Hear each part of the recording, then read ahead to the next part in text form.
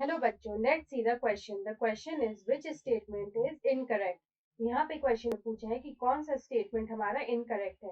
Option A is TDNA is present in TI plasmid. Option B is retroviruses convert common cells to cancerous cells. Option C is PBR322 is a natural plasmid, and option D is Agrobacterium tumefaciens is a natural genetic engineer.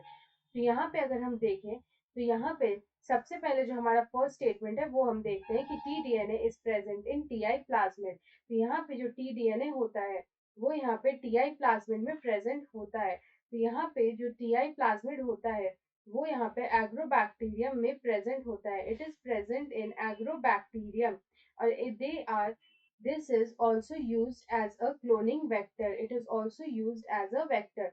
उसके बाद अगर हम यहाँ पे option B देखें तो यहाँ पे ऑप्शन बी में हमें दे रखा है कि retroviruses convert common cells to cancer cells. ये भी यहाँ पे हमारा ट्रू स्टेटमेंट है। जो रेट्रोवायरसेस होता है when they are induced in animal cells, तो वो क्या करते हैं कि यहाँ पे नॉर्मल सेल्स को वो ट्रांसफॉर्म कर देते हैं into cancerous cells. They transform normal sales into cancerous cells. उसके बाद अगर हम अपना सी देखें तो इसमें लिखा है PBR322 is a natural polymer.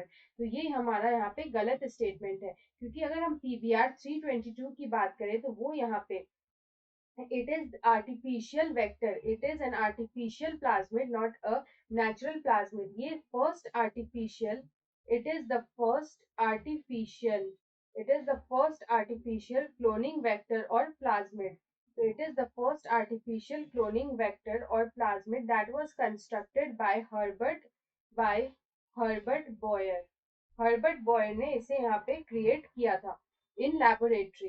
तो यहाँ पे अगर हम अपना लास्ट स्टेटमेंट देखें तो लिखा है agrobacterium tumefaciens is a natural genetic engineer. तो ये भी हमारा यहाँ पे ट्रू स्टेटमेंट है।